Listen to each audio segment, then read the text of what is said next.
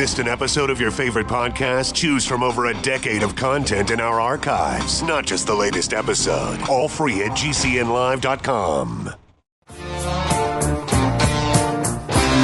This is your call to action. Get prepared, America. Economy, survival, energy, disasters. This is USAPrepares.com. Informative radio, educational radio. Interact now by emailing instructor@usaprepares.com or text at 434-390-7953. Class, please take your seats. Now, your instructor, Vincent Finelli. Everyone all set? Cocked? Locked? Here we go. Your dial set correctly to usaprepares.com. We're glad you're in class with us today. Dr. Joel Wallach is with us. Mackenzie is engineering the broadcast in Minnesota. I'm Vincent Finelli. And let me give you the call-in line. 866-582-9933. 866-582-9933. Welcome, Dr. Joel Wallach. Well, thank you so much, Vincent. Always appreciate your hospitality and your listeners. They are the greatest. Well, you're welcome, and you're right. They are fabulous. Dr. Wallach, what is really neat about our extended family, if you will, our broadcast family, people will call in, and they're bright, they're intelligent, and then what happens is I'm so impressed that I ask for their phone number on the air for them to provide it off the air so I can call them up after the broadcast ends, and then I think 100% of the time I invite them to be instructors. That's how bright they are. Seriously. And so you're right on the money. So thank you for the compliment to those who that are in class. I had a question for you. It's kind of and if this is personal, please feel free to say. I'm not going to tell you, but I'm kind of, you've been here to the farm. I'm very concerned about. Well, you're away from home a lot. Your home is in California. You're away from home a lot. You're in the air in one of those aluminum tubes, and I've been in those aluminum tubes, and the wheels or the brake lines have caught on fire. I mean, lots of things can happen. Well, in addition to that, and that would be the minor things, but the things that I'm concerned about for you the most right now relate to, well, like the hurricanes in Texas and in Florida and in Puerto Rico and in the wildfires in California and the previous ones in Idaho. If you ever get trapped and you can get to us or we can get to you, I want to make sure that you understand that you are certainly welcome to come here, and we'll do whatever we can to get you, okay? If you're ever trapped in a situation. No, I mean very that. Kind. In fact, I'm in Florida. I'm in Florida right now, in West Palm Beach, kind of a 4-hour drive from Jacksonville. And, there's still some recovery going on here from Hurricane Myrna, I guess. And, a lot of trees blown over and that kind of stuff. But the airport is actually slowed down. I actually had to land in West Palm Beach and then drive up to Fort Lauderdale because the airport is not working at 100% yet up here. And so there are inconveniences and things, but the people are interested, especially after disaster like these things. As you point out, people say, we are so glad we were associated with longevity and you. We have a 90-day supply of our 90 essential nutrients. We've got our, in case we get an infection or a wound, we've got our colloidal silver, and we've got our killer biotic, and our Pure Works and this kind of stuff, and we have our aromatherapy oils and our herbal tinctures, and so we are prepared. We don't need a pharmacy. We don't need a doctor. We have everything we need. We got the reference book, Let's Play Doctor, so we can do everything we need to do. And they feel very self-sufficient because they have the tools, they have the information and the books, and so your people, our people, are very prepared. And I think that's what makes them so comfortable and so bright, is they are prepared. That's why they are preppers. Yeah. Well, you mentioned colloidal silver, and I have made it a point whenever I see a medical doctor or a medical nurse here in the Springfield Village, I'll say, well, what do you think about colloidal silver? And you know what I hear? It seems like they all went to the same seminar. And they say, well, you know about the blue man, right? I go, yeah, I know about the blue man. And they go, well, you got to be really careful. And so it's almost like, I won't say a threat, but it's fear. It's helping a person become fearful of colloidal silver because of the blue man. And then one of the nurses said to me, well, we have our own blue man here in Springfield. And I said, was he a chemist or is he a chemist? And she said, well, as a matter of fact, yes. And I said, well, okay, so is the blue man. And the blue man decided that he was going to make colloidal silver, and he was going to use an electrolyte, a saline electrolyte, and that's what caused it. Well, and so I learned that the blue man in Springfield, Missouri, did the same thing. Now, the rest of us who use colloidal silver purchase it, and I don't know anybody else who's blue who purchased colloidal silver. Does that jive with your thinking? Yes, it's very rare, and you have to really overconsume it. You know, this guy's taking an ounce 3 times a day, and you're going to get blue if you do that. It's certainly not a killer. It's kind of interesting that it's one of the earliest antibiotics, if you will. It was used for disinfecting wounds, and when people would get the plague and so forth, that they could actually inhale colloidal silver, if they could drink it and gargle with it and so forth. They were the ones who survived. It was, you know, they knew that it killed things. They didn't know all the details of how it worked and this and the other, but certainly colloidal silver historically has been on the front line of infectious diseases, plagues, and epidemics and so forth. And this individual, everything from colds to sore, scratchy throats and infected wounds in your hands and feet and body, any place. It's a good thing to have in the house.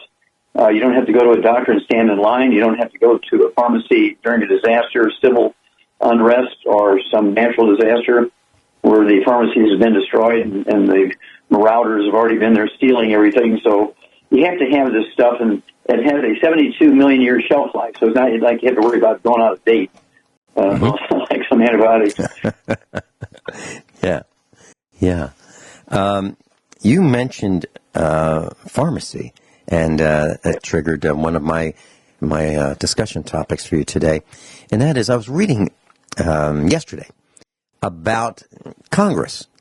And the Congress persons have a pharmacist that they've trusted for years. Well, somehow it leaked out that Congress is consuming a large amount of Alzheimer's medications. So my questions are simple. Alzheimer's medications, do they actually do anything to improve the condition of Alzheimer's? Do they just keep it at bay? Do they work at all? Or better yet, what is an alternative to what Congress is doing? Okay, well, answer the first part of your questions. When people have Alzheimer's disease, taking the Alzheimer's drugs, the goal is to minimize memory loss.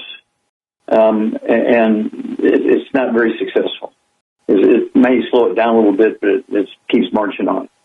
Alzheimer's disease, true Alzheimer's disease, there's 5 major dementias. Vascular dementia, where you get plaque in the arteries of the brain, caused by the same inflammation that causes plaque in the arteries, in your coronary arteries, in your heart, and in your kidneys and your legs and so forth. There's Alzheimer's disease, which is a simple nutritional deficiency, which we'll come back to, easily prevented, easily reversed. And then there's Korsakoff syndrome, which looks exactly like Alzheimer's disease clinically. It's actually reversible in a couple of weeks. It's because it's a simple vitamin deficiency. And we've known about it for 300 years. It was discovered by a Japanese naval surgeon 300 years ago called Korsakoff syndrome. Then there's Wernicke-Korsakoff syndrome, where they have the same nutritional deficiency, but they also have MS, multiple sclerosis, mixed in with it. Easy to prevent, easy to reverse. And then vitamin B12 deficiency dementia, which is also self-explanatory and easy to prevent, easy to reverse. So I always treat nutritionally for all 5. That way I'm always successful. There's no rule that says you can't have 1 or 2 or 3 or 4 or all 5 of those diseases at the same time. So I always treat nutritionally for all 5, and that's why we have such a high success rate. Now, Alzheimer's disease, going back to that, is a physician-caused disease. It actually is a very famous story. was a two full-page story in the Wall Street Journal about 3 years ago now, and 2 years ago it was a cover story, a 5-page cover story on Time magazine, because it was so outrageous that people couldn't believe it. So these stories were quite true, and they did their homework. And basically, what happened was in 1901, going all the way back to 1901, the German Navy went to a German chemist at Berlin University in Germany, Wilhelm Norman, said, "Look, we need a synthetic, smokeless diesel engine lubricant for German submarines." By 1904, he'd accomplished that, and after the First World War, they didn't need it anymore, so it allowed Professor Norman, to sell his patent, which he sold to a British soap manufacturer. They couldn't sell it because everybody's making their own soap in the 20s, 30s, and 40s. And so they sold it to Procter & Gamble, and they couldn't sell it because everybody's making their soap. So they decided to turn it into a cooking shortening called Crisco. So Crisco originated and still has the same formula as a synthetic, smokeless diesel engine lubricant for German submarines. That's what Crisco is, and the solid form of Crisco. And they couldn't sell it because Grandma loved her lard, butter, cream, and eggs. So a guy by the name of, let's see here, it'll come to me in a second. Anyway, he was a professor of medicine at University of Minnesota. Ansel Keys was his name, Ansel Keys. And he goes to an advertising firm and says, "How do we sell this stuff? It never goes bad, never goes rancid. It's perfect for frying stuff. It's just a great cooking shortening, but we can't sell it because Grandma loves her lard, butter, cream, and eggs for cooking shortenings." They said, "Well, you have to demonize what she's doing and tell her that she's killing her relatives and friends and grandkids and brothers and sisters and moms and dads and so forth. And then the escape to heaven is Crisco." And he came up with the Mediterranean diet, which is one of the biggest frauds ever perpetrated against humanity, and demonized cholesterol and saturated fat were the two common threads between all the lard, butter, cream, and eggs. And they got a little bit of traction. And they were able to begin to sell Crisco, and the rate of coronary artery disease just skyrocketed when they went to Crisco. And, of course, when everybody was put on a cholesterol-deficient diet so they could sell Crisco, they began to get cholesterol deficiency diseases, which we can get to after the message. Absolutely brilliant description of this. We'll be right back. Class, Dr. Joel Wallach is with us. He's the founder of Youngevity. And Jim's online. We'll be right with you in just a moment, Jim. Dr. Wallach is telling us about Crisco. Please continue, Dr. Wallach. Okay, thank you, Vincent. And about that time, the 1940s, food companies began saying, hey, all the doctors and pharmaceutical companies are demonizing cholesterol, so they came up with egg beaters and margarine instead of butter and non-dairy coffee creamers and all these cholesterol substitute foods. And, of course, the pharmaceutical companies were just enraged because here's all these food companies making money on their research, on the pharmaceutical companies' research. And so they really cranked down on restricted cholesterol diets, and people began to get cholesterol deficiency diseases. And we're talking about low testosterone, low T, ED, erectile dysfunction, menopause at age 35. And, of course, women were getting osteoporosis early, and doctors were blaming it on the deficiency of estrogen. And so they came up with Premarin, which is filtered horse urine. I thought it was kind of cute. Filtered horse urine they're injecting into these women. And they're making billions of dollars with testosterone patches, Viagra, Cialis, and also this Premarin, which is made from the filtered horse urine. Well, again, the pharmaceutical company said, we can't have them doing that. So they came out with statin drugs to actually really proactively reduce blood cholesterol. And then they produced another disease nobody ever heard of, even by another name, 45 years ago or so. We're talking about Alzheimer's disease.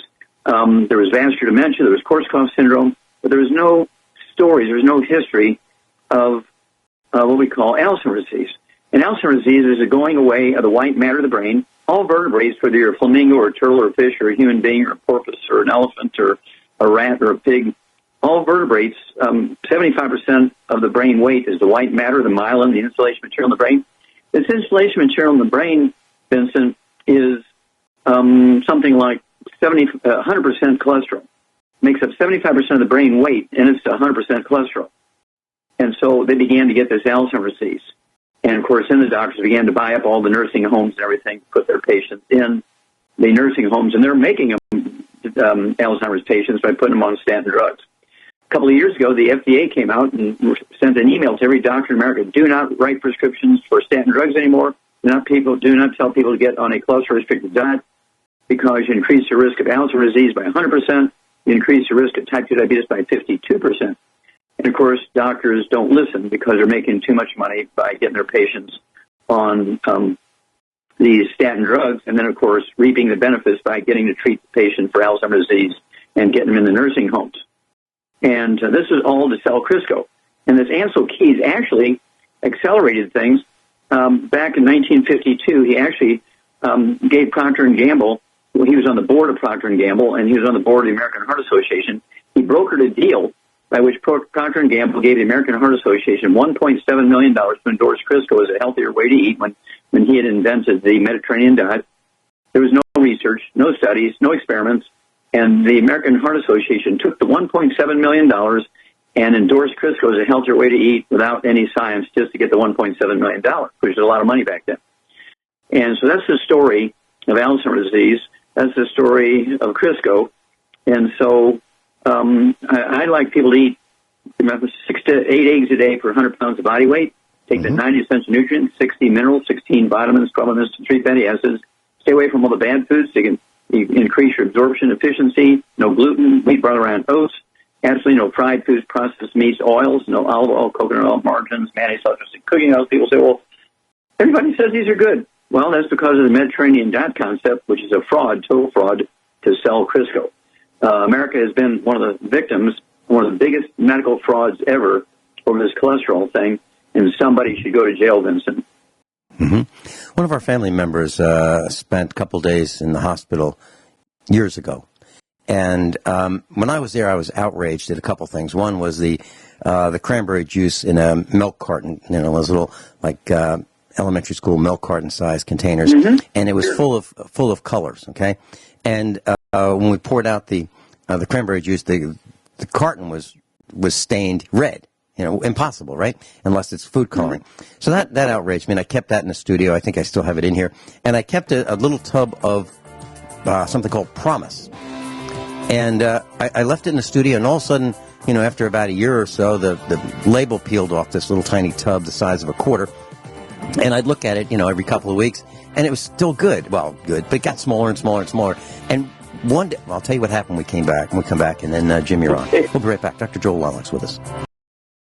Dr. Joel Wallach's with us, and he was talking about Crisco, and I just have an exclamation point I'd like to add. So, this little tub of Promise, I don't even know what you call it. It's a spread. People put it on toast. It's kind of a margarine. There's a butter substitute.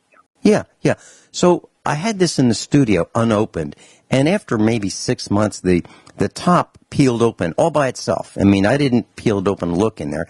It just kind of lost its adhesion, and this peel top, whatever you call it, just lifted itself off the plastic tub. And I'd look at it every once in a while, and I noticed a couple things over a 2-year period. One, no bugs were interested in it, okay? No bacteria was interested in it, but yet it got slightly smaller. And then once it got to this smaller size, it stayed that size for about a year. And I was thinking, I really can use this. So one day, after a couple years, it disappeared. And I said to Mrs. Finelli, did you see that little tub of Promise? She said, yeah, I threw it out. She was cleaning up, the studio for me. I said, I can't believe that. I needed that. And she said, why? I said, well, I need that for the automotive shop. I want to use that on the threads of nuts and bolts and, wheel bolts, because I think it's a fabulous lubricant, and it doesn't volatilize after this state, and it's a perfect lubricant. And is that what you're saying? Because I saw it firsthand. Yes, of course, it's the same principle as Crisco. And the interesting thing about all this, of course, is when people move towards zero saturated fat, zero cholesterol, and they're getting 2% milk and skim milk and zero fat yogurts and all this kind of stuff, Yeah. We wound up getting more Parkinson's disease. The people who eat butter, a stick of butter a day, they use a quarter of a stick of butter, excuse me, a quarter of a stick of butter in their coffee instead of Coffee Mate or non-dairy coffee creamer.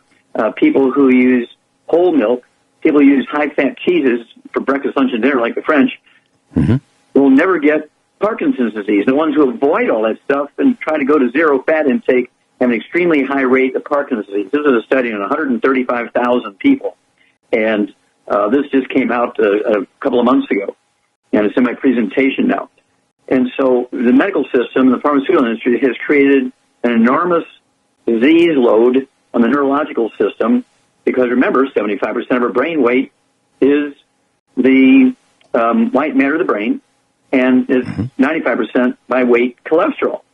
And you can't have a reduced cholesterol intake. You can't be taking cholesterol-restricting drugs and cholesterol-lowering drugs because you will wind up getting dementia. You're going to wind up getting low T, erectile dysfunction, menopause at age 35. You get adrenal exhaustion, which can be called sleep apnea, and wind up getting a CPAP machine and all these sleep problems.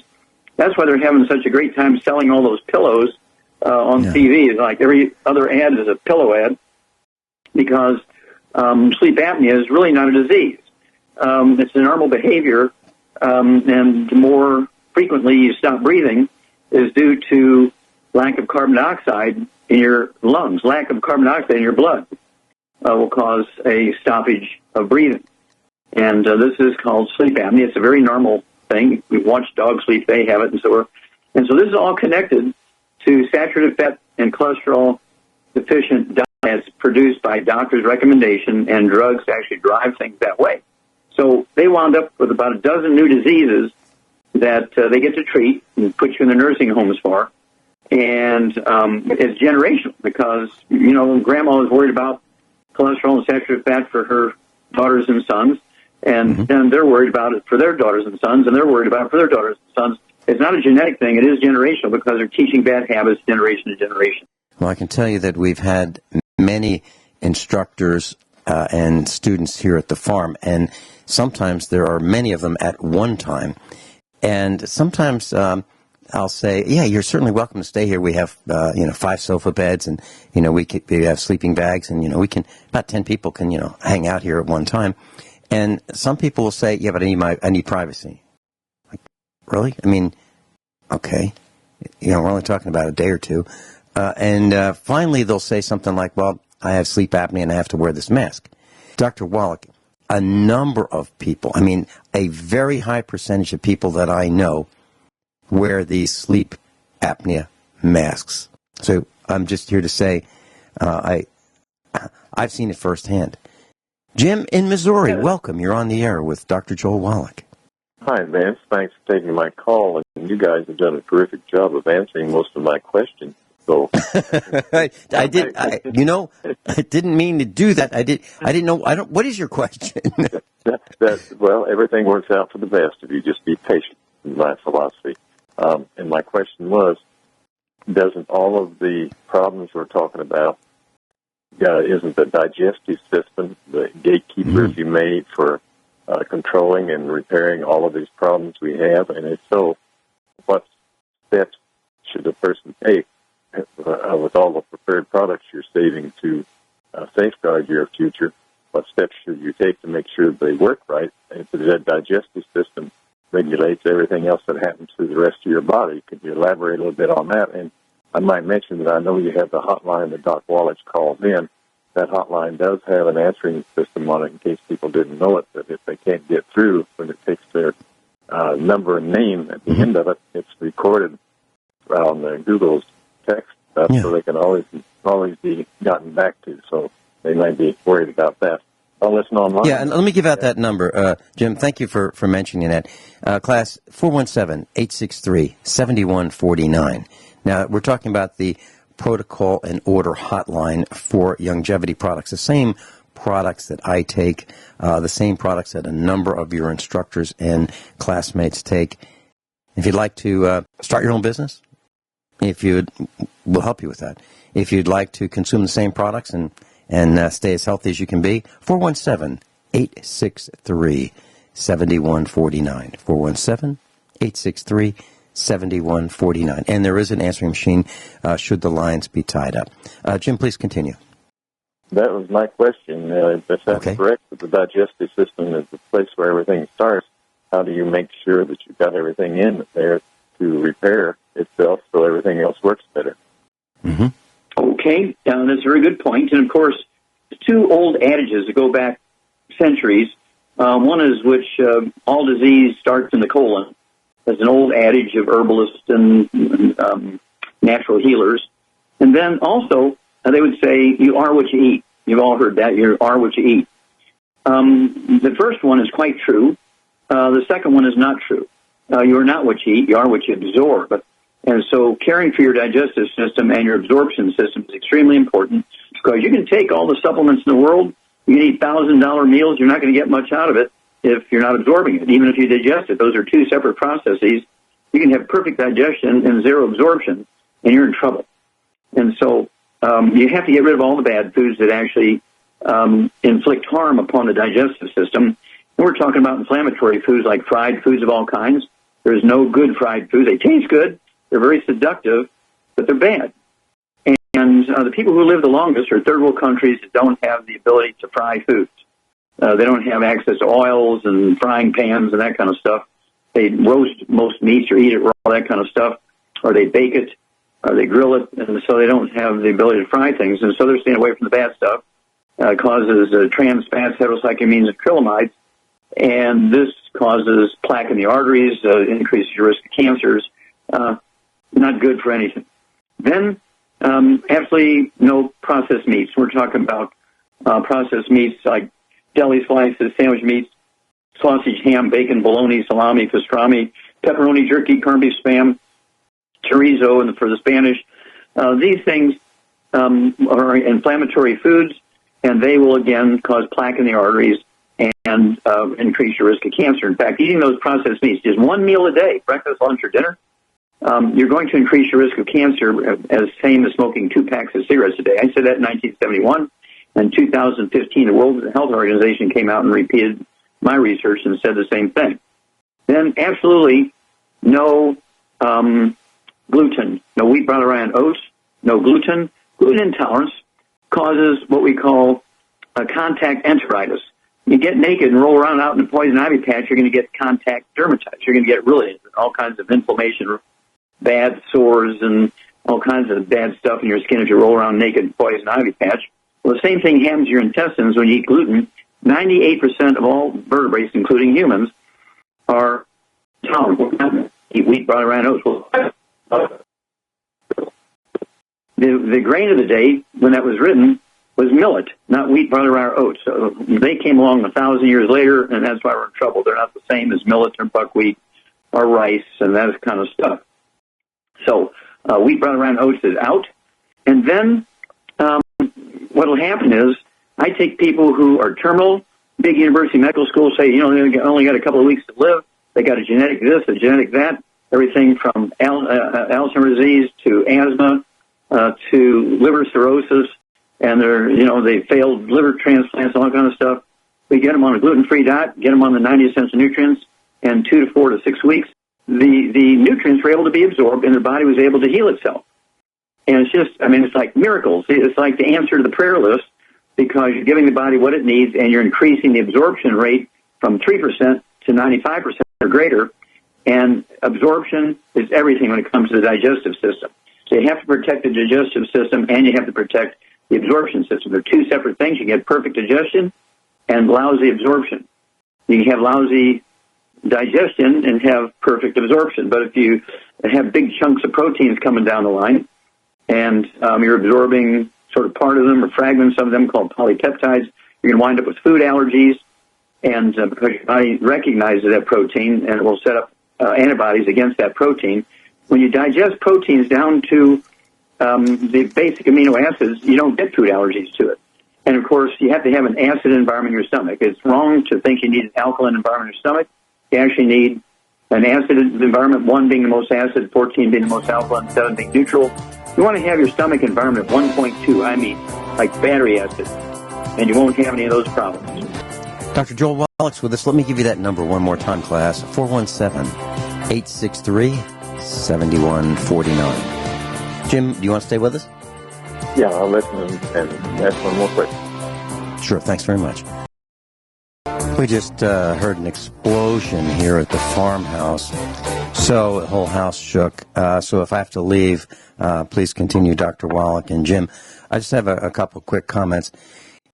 You are what you eat.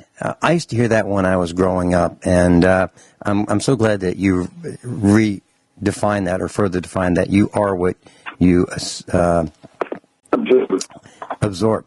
Yeah. Well, my mom is the oldest survivor, actually the only survivor on her side of the family and my dad's side of the family. She's the last one. She's in her mid-90s.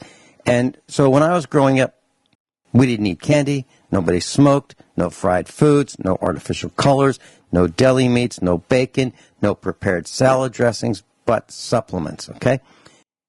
So I got a chance to see what the others did, you know, aunts, uncles, cousins, and so forth, grandparents. My mom outlived them all. And she did the things that you're talking about. So what I'm trying to say is I have absolute firsthand experience in what you're saying, and it absolutely works. Firsthand experience. There's no doubt about it. Yeah, no doubt about it. And this is done in laboratory animals. You can triple the lifespans of the experimental group to get the 90 essential nutrients compared to the control group, which just eats good quality food. Plants only need 3 elements from the soil to make good seeds for the next generation. Vertebrates, including human beings, require 60. So if you're eating some pretty good-looking vegetables and fruit and nuts and things, you could be 57 short, because nutritional minerals do not occur uniform blank around the crust of the earth. They occur in veins like chocolate and chocolate ripple ice cream, just like there's a gold mine over here, and 200 miles away there's another gold mine over there. These things are not uniform, and so some people, they live a little bit longer in their villages because they have a high level of minerals in the soil. They're doing something very primitive. They're taking the wood ashes from their stove and putting in their gardens, and it turns out, Vincent, that wood ashes are not ashes. They're 95 to 98% minerals that the tree has sucked up out of the ground. The plants suck them up. And hundreds of years ago, and primitive cultures today, which are the longest of peoples, by the way, the primitive cultures, they're still putting wood ashes in their garden, which are really these minerals. The plants suck up the minerals. They eat the plants that have sucked up the minerals. They get their minerals in that fashion. And we went to electricity. There's no wood ashes left over in the house every morning. And nobody knew they were getting their minerals from the wood ashes. So when they went to electricity, nobody began to supplement, make up the difference, and that's why we're in trouble. Now, you met my mom. Didn't she seem healthy to you? Yes, I did. Lovely lady. Yeah. Well, thank you for saying that. Jim, any further questions? Yeah, in this day and age, everybody seems to think that the stomach acid and the antacids is the answer, but I feel that it's given a problem. The doc can elaborate on how to straighten that out and correct that problem. People taking too many antacids. Sure. Well, you're exactly right. And I know we only have a few moments here, so I'll make it short. Yeah, you have to have your stomach environment down to 1.2 pH, which is extremely acid. It makes the stomach sterile, so yeast and bacteria won't grow in your stomach, and you won't get reflux. There is no such thing as acid reflux. There really is flat acid reflux. You get up about 3 or 4 or 5, you're moving towards a neutral of 7. Bugs grow in your stomach, you're going to get reflux. You want it way down there, 1.2, so it's sterile, nothing grows there. Also, pepsin, the enzyme in your stomach, that digests protein and down to amino acids, only works in an acid environment, 1.2. The intrinsic factor, which combines with vitamin B12, requires a 1.2 pH environment to work. So you can eat 5 pounds of vitamin B12 if your pH is 3, 4, 5, or 7, or an 8 or anything like that because you're drinking alkaline water and so on. You're going to not be able to absorb B12 and wind up with a pernicious anemia, which is caused by B12 deficiency. You can also get, again, a type of dementia. And so how do you get, enough stomach acid? Well, the raw materials for your key cells in your stomach to make stomach acid is sodium chloride, salt. And, of course, the good Lord said, go forth and be a salt to the earth, and God lives forever. Doctors say don't use salt, and their average lifespan, according to their own survey, which is published in a half a dozen different medical journals, is 56. Well, I'm going with the good Lord on the salt, and all evidence shows that you need salt, that both the sodium and the chloride are, in fact, essential nutrients. Dr. Wallach, thank you so much for being with us and dispensing such great advice. Jim, thank you for joining us and asking such great questions. I think this was a broadcast that should be shared with friends and family far and wide. Class, please consider doing that. Let me give you out that number one more time for the hotline for and the protocol. 417-863-7149. 417-863-7149. Gentlemen, thank you so much for being with us. Thank you, Vincent. Everyone all set? Cocked? Locked? Hour number 2 of USAPrepares.com. I was hoping to chat with our engineer during the top of the hour broadcast commercials and news. Do we have Parker Stevens with us? Yeah. He was going to call in. He was. Well, let me tell you about Parker Stevens. Now, I got a call this week at home, and this gentleman said, "What time's your meetup in Springfield?" And I said, "Oh, geez, we haven't had meetups for a while. We've had them every Friday for years, and then we had them, on Mondays." And then I had to explain to him that, I reluctantly did it, but I said, "Geez, I feel really terrible that, you're coming from way out of state, and you want to come to a meetup, and it should be wonderful to meet you in Springfield, Missouri, but we haven't had them." And then I told him a story about how Dr. Norman Shealy wanted to demonstrate medical healing remotely. So he brought his equipment in, his electronic equipment, to measure, heart rates and things like that. And so he did this, and he proved that it worked. He got volunteers from our class, from the meetup class, and he demonstrated this from a person who was healing, lowering blood pressure and things like that in another room. And so, as a result of that, the class saw it, and then Dr. Shealy does not like to drive, in the dark. So he, left maybe 7 o'clock that evening after his demonstration and seminar, and the group decided that they didn't like that. Then they took a vote to ban Dr. Shealy from the USA Prepares meetup, and I was like outraged. Like, who do these students think they are, banning senior? We'll call Dr. Shealy certainly a senior instructor, but senior counsel here at USA Prepares. So they banned him. Well, my outrage was certainly not unanswered, and so the group decided to ban me too. So we have, so I was banned from my own meetup by the people who we were helping, and that it goes to show you that no good deed goes unpunished. And I decided that, what was I thinking? What was I thinking? Trying to help people. I didn't charge people to come to the meetups. I volunteered my time. It cost me money to go there, and I was given a free dinner. For bringing all of my meetup group to the restaurant. They gave me a free dinner, but I wouldn't accept it. So what I did was I had a raffle, and we passed out raffle tickets, which I bought, and I gave away my free dinner, which they never even really knew that it was my free dinner. But I gave away my free dinner every meetup to one of them. And how could this possibly happen?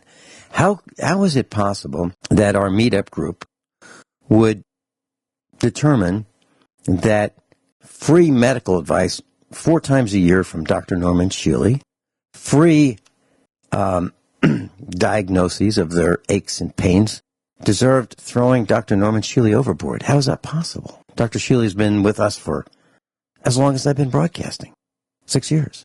That's what they did. And they threw me overboard too. And I just can't believe it. Now, these are the same people. It sounds like I'm just kind of whining. I'm not whining. What I'm trying to do is I'm trying to explain what people are really like. I'm trying to explain that if you think there are going to be people who are out there for you in your time of need, and before your time of need, they say, yeah, we're with you. We're with you. We're alongside you. We're behind you. I think the expression might be, we're behind you 110%. or 200%. I mean, how's that possible? But, you know, that's what they claim. Well, I can tell you that I very rarely see it. I'm straining my brain, trying to think of one instance where I've seen it. Well, so the story goes on. Of course, Dr. Shealy and I are banned from our own meetups, and we decided that, you know, we're not doing them anymore. Well, during one of the meetups, there was a man who needed some help. And let me tell you the beginning of the story first. So for, 5 years or so, I would say to the meetup group, I'm glad you're all here. Now, it seems like we're all in this together, right? Right. Yep. Mm-hmm. Well, what if one of us were in need? Would the rest of us come to that person's rescue? Oh, yeah. Sure, absolutely. Yep. Well, one night, you know, after me saying that, roughly every 3 months, just to get a handle that, yeah, we're still in this together. Some lived on farms, some lived in town, some lived in apartments, some shared living arrangements with other people, different walks of life, all very bright people, no question about it. All researchers, keyboard warriors, people who would read the news and report the news, and I would give everyone an opportunity at every meetup to share whatever they thought we needed to know about. So everybody had a chance at the microphone if he or she wanted it. It was kind of a no rules meetup. And I would have a seminar prepared every single time, and we would have instructors who would make presentations at these seminars every week. You've heard the names. Larry Nichols. He was with us many times there. Via Skype. Aaron Dakins. Via Skype. GCN broadcaster. John Regan was there in person. Dr. Shealy was there in person. Dr. Joel Wallach was there in person many times. Dr. Richard Allen Miller, Matt Stein. As a matter of fact, almost every one of your instructors was at one meetup at least. We've had as many as 300 people at a meetup. And most of them were instructors at one time. You know, like before an expo. What happened was, there was this guy. I liked this guy. Middle-aged guy. Clean cut. Kind of looked like a cowboy. Just kind of like a cowboy. And I said to him one night at the meetup, so where do you live? He pointed out the window. He said, out there. Over there. And I was trying to figure out what that meant. Does that mean north? Does that mean... What does that mean? So I said, what do you mean? He said, in my van. I said, is there anything we can do to help you? Now I'm paraphrasing. This was, probably a year and a half ago at least. And he said, it'd be nice to have a home base, a place to park, you know, rather than finding different parking lots every night. So he's a former truck driver, retired, gave presentations at the meetups. He wasn't just some guy that would sit down with us and have a cup of coffee and, you know, a salad or a meal. He was an active participant. He would communicate effectively. Very, very bright and articulate. Clean cut. He didn't look homeless. You know, if a member of the meetup group were asked, okay, here's a sheet of paper, write down the homeless person who's in this room, he would not be selected. So he told me that he'd like to have a home base, and what he would do is help maintain wherever it was that he would park his van. He didn't want anything but a parking space. That's all. He didn't want to move in, didn't want to use the laundry, didn't want to use a shower, didn't want a bedroom, just need a place to park. So I mentioned to the group that one of us, you know, has a situation. I didn't say who. And he could use a place to call his base of operations. He wasn't running a business. He just wanted a place to park and sleep. That was the same place night after night after night. Well, of all these people who have been to the meetup year after year after year after year, who affirmed an oath almost that they would, you know, come to the rescue of us should one of us need help, nobody would help him. Now you might ask, Vinny, why didn't you help him? Well, he wanted to be in Springfield Village. He didn't want to be out in the middle of nowhere. But he said, you know, he'd be, if it were a farm, you know, near Springfield, that would work. I'm an hour away from Springfield. So nobody would help him. What I'm trying to say, class, is you just might be on your own. You just might be on your own. Actually, yeah, I would say you are on your own. So keep that in mind. We'll be right back. I'm Vin Finelli. Class, you're hearing this live. And you know, at USA Prepares, there's like no safety net whatsoever. And something happened. I'm not sure what. Parker Stevens was scheduled to be with us today, and we were going to talk about survival kits, and what you need in them, and when you're traveling. I mean, there's so many situations where it's necessary to be prepared. Like, for example, in the trunk of my old 1996 Mercedes diesel, I've got water, I've got food, I've got blankets, I've got sockets, and wrenches, and breaker bars, jumper cables, oil, pretty much everything I think I might need, including extra serpentine belt and extra idler pulley for the serpentine belt, the water pump and the air conditioning compressor and fan and those kinds of things, alternator. So I've got everything I could think of that might fail. And we were going to talk about those kinds of things. Now, here's who we are here at USA Prepares. During the last break we had, I asked Patrick, our engineer, to call Parker Stevens. I gave him his number, and he made several phone calls, and couldn't get through to Parker Stevens. And I hope Parker Stevens is okay. He's a nice guy. And he was going to be on for the very first time today, and I haven't heard from him. So maybe something, serious happened. I hope that's not the case. I hope he's okay. But I don't know. So who's Patrick? Well, Patrick is our engineer. Yep. And Patrick said, I'll be your guest. Now, that's who we are here at USA Prepares. Those of us who are serious about preparedness, and my number is 1 in 1,000. So here, Patrick and I have never broadcast together, never worked together other than him being the engineer and talking for a couple minutes, before a broadcast. That's it. And he jumped at the chance to be on the air. Welcome, Patrick. Thank you. That is, it is so kind of you. Can you hear me all right? Yeah. Cool. I can hear you just great. So I want to thank you. And class, let me tell you, the broadcast engineers are critical, vital in what we do here. As a matter of fact, Patrick, last night I was talking to the chief engineer, George, at GCN. Yeah, he's a really cool guy. Yeah, he is a really cool guy. And I was explaining to him how much I appreciate what you guys do who engineer the daily broadcast with me. And he thought that was kind of nice, that I was thanking him for your service. And I meant it. Well, here's what happened. So I said, George, I know you're really busy. I know you're really, really busy. How'd you like to come on the air with me one day and talk about how this broadcast network works? Somebody calls up. Where do they go? Where do they end up? How does it work?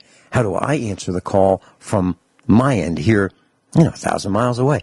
How does that happen? What happens with the signal? How does it get on the internet? How does it get on the listen line? How does all this happen? What about the delay? Is there a delay? Yeah. There's and you know what he said? Delay. What did he say? Yeah. Well, I was kind of impressed.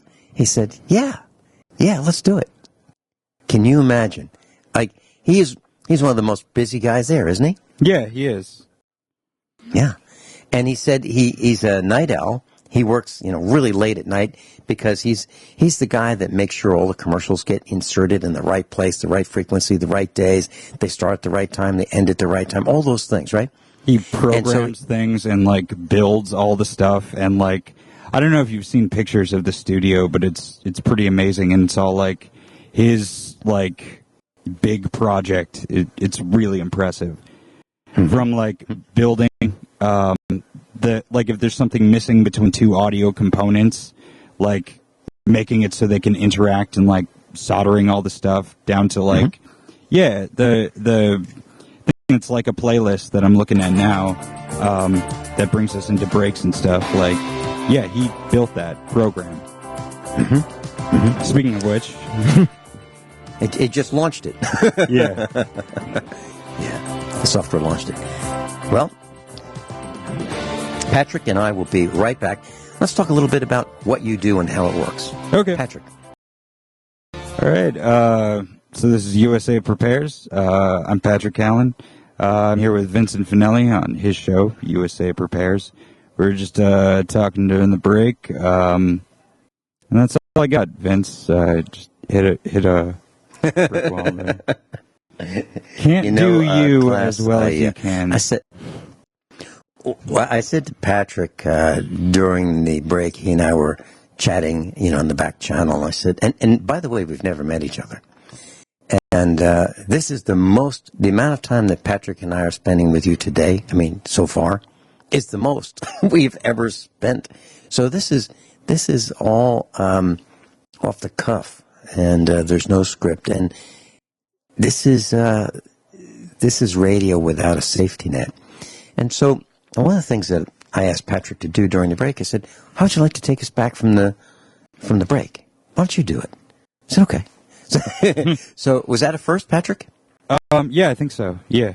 Yeah. All right. Well, let me ask you, when first thing in the morning, and let me explain what happens from my perspective.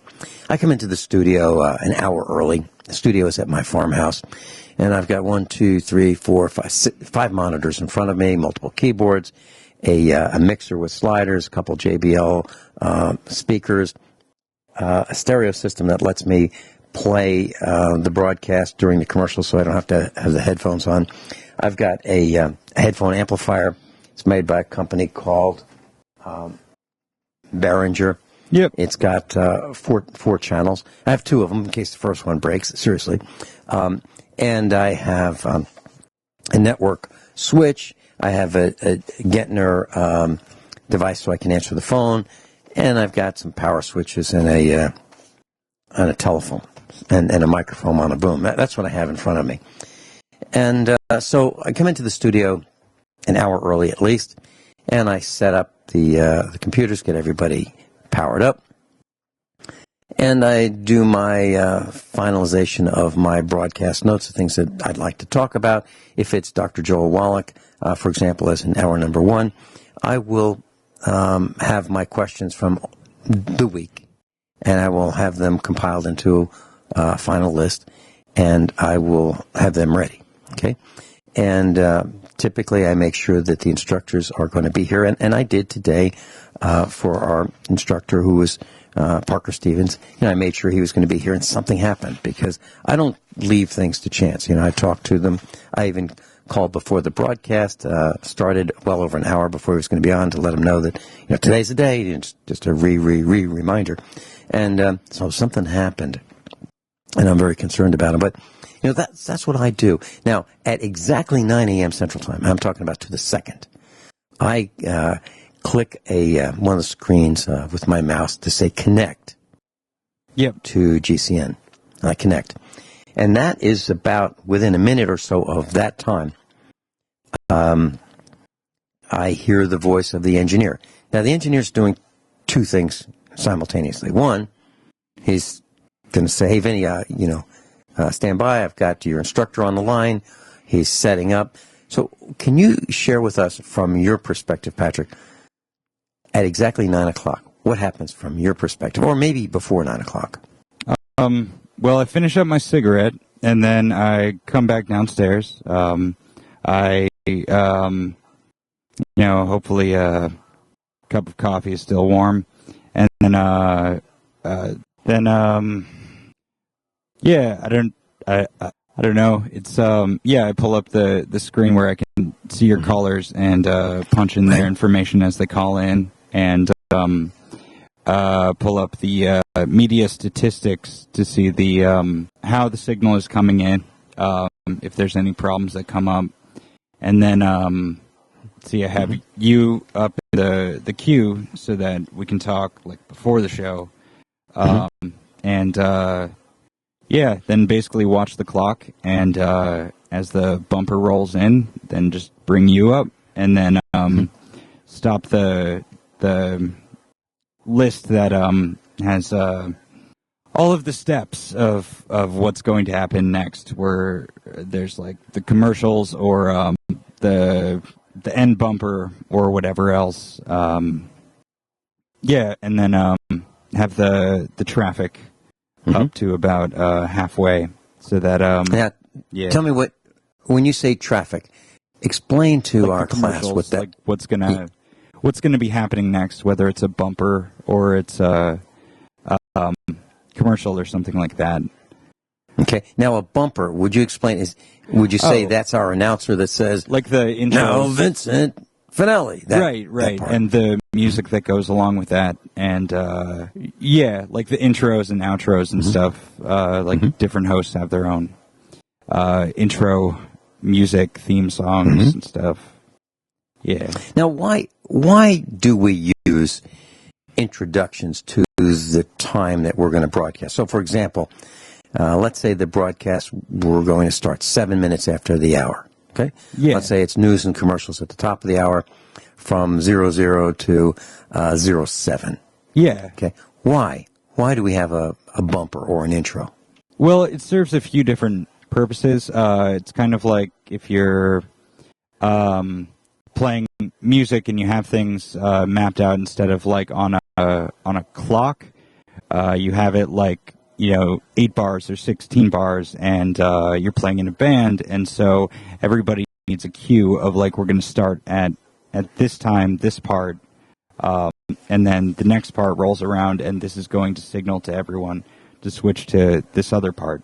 It's like that, so that everyone can be on the same page. It also serves the purpose with the listener of like, oh, a new thing is happening. That's much different than the top of the hour news or the commercials. It's like this is this specific person with their own content and their own flavor, and so yeah. Now, so all right, so you're sitting in the studio. You and I happen to be in Studio 3, although I'm remote from Studio 3. You're in Studio 3. Yeah. What do you have in front of you? What kind of equipment do you have in front of you? 2 computers, really pretty Allen and Heath mixer. It's top of the line. Got a lot of channels. It's a GL 2800. You can look that up on Google Images. I really like looking at it. I like coming into work, and I get to play with this all day. And then there's it's broadcast in mono, so I've got 2 speakers. One is coming from the ceiling, the other is just off to my right. The one that's in the ceiling is what's going on the air, and the one that is to my right is the cue. So like I can talk with you and hear you, and that's coming out of the cue speaker, like if it's during a break or something like that. And then the 2 computers, and then the like call center thing off to my left. We got a telephone and then a second telephone that has like 6 columns of buttons, like one to have someone on hold, one to have someone on the air, and one to drop the call. And then next to that we have the stack of compressors, and an old ISDN machine for like I don't know if I'd be able to explain that too well. Yeah, that's basically what's in front of me, and then the rest of the studio, I'm still understanding how that all goes together. But yeah, it's pretty cool. I like it a lot.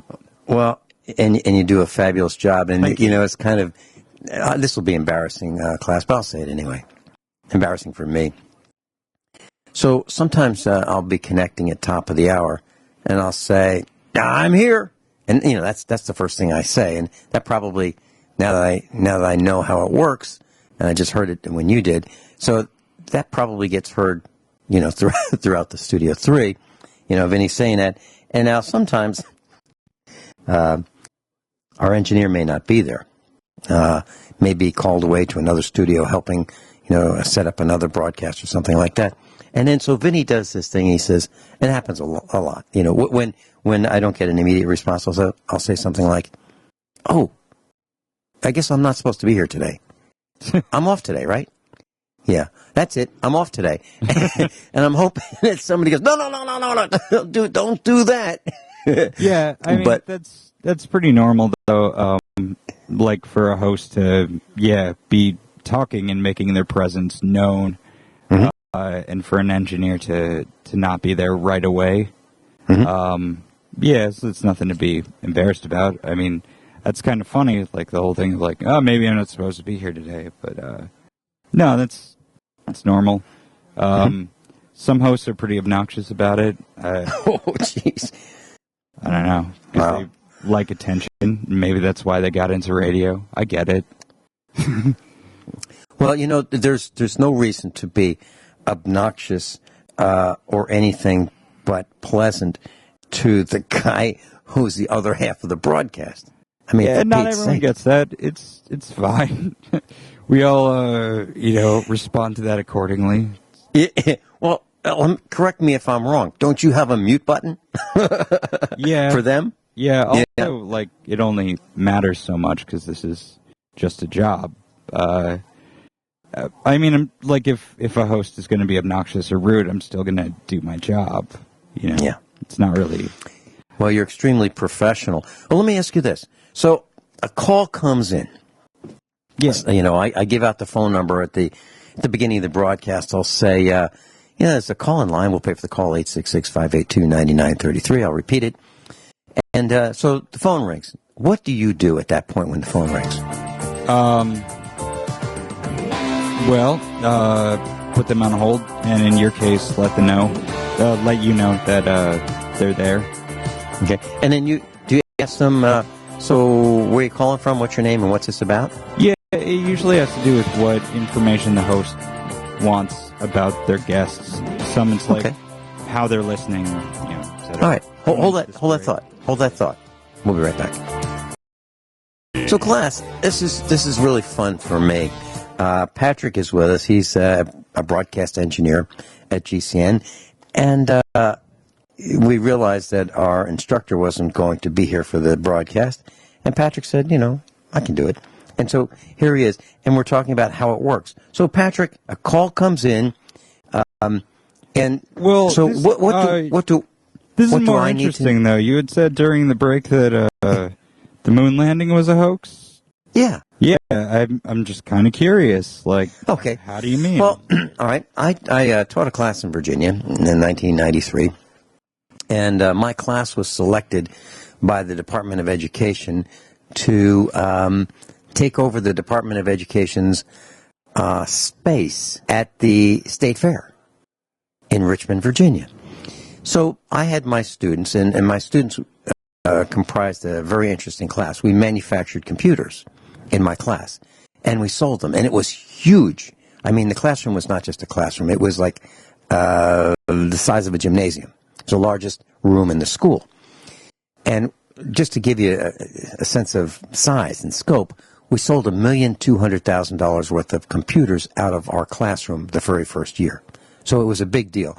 U.S. Congressman came to the class. He heard about it. We didn't say, hey, you think we get a congressman here to see what we're doing? No, he heard about us.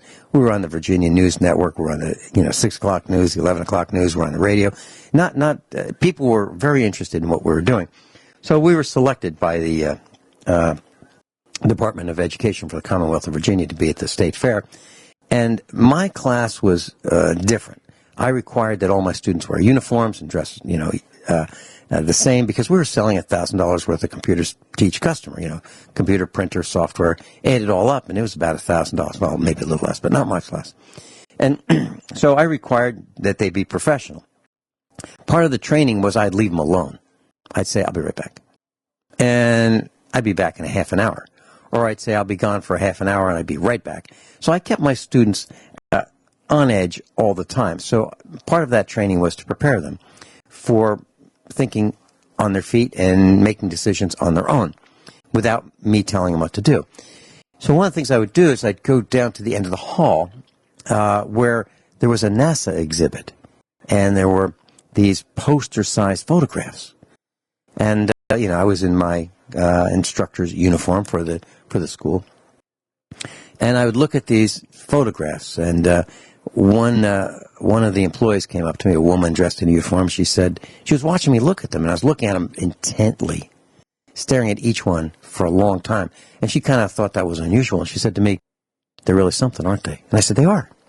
They are. But it's a fake. And she said, what makes you say that? Now, this is not a poster. This is a photograph, okay? A very large photograph. Not a lithograph, a photograph. And I said, well, if you look right here, you see the astronaut allegedly on the moon, on the surface of the moon. And if you look right here in the gold reflective foil of his helmet lens, see that spot right there? That's the photographer. He doesn't have a spacesuit on. And I said, let's look at this one. It's true. You can find this on the internet. It's true. You can go to Moon Landing Hoax, and you'll see these images I'm talking about. And I said, okay, so let's go to this next one. And there was the lunar lander. Yeah. And the lunar lander, has these pads, these disc-shaped pads. So this lander would allegedly use thrust, compressed gas, to slow the descent of the lunar lander to the moon's surface. And I said, you see that? See these pads? There's no dust on them. Now, the moon's gravity is 1/6 that of Earth, and there's not much moisture there. So if you were to get some of the moon dust and try to make a snowball kind of thing out of it, you can't, because there's not enough moisture to hold it together. So if these reverse thrust gas jet engines are blasting downward, there'd be dust everywhere. It would be suspended for months. Now, did somebody dust off these pads? Because there's no dust on them. Okay, that's a good point. And then went to the next one. I said, see this astronaut? He's tethered out here. They're doing a flyby, and he's tethered to the spacecraft. And he's in the foreground. The spacecraft is in the background. Who took the picture? Oh, it was on one of the legs of the lunar module. Yeah, that's the story. Anyway. Yeah, and she said, you're right. It was done at a stage. Years later, by chance, I met the guy who took the photographs in Houston. It's true. Wow. That it was, it's a hoax. It's a hoax. Hey, Patrick, thanks for being with us.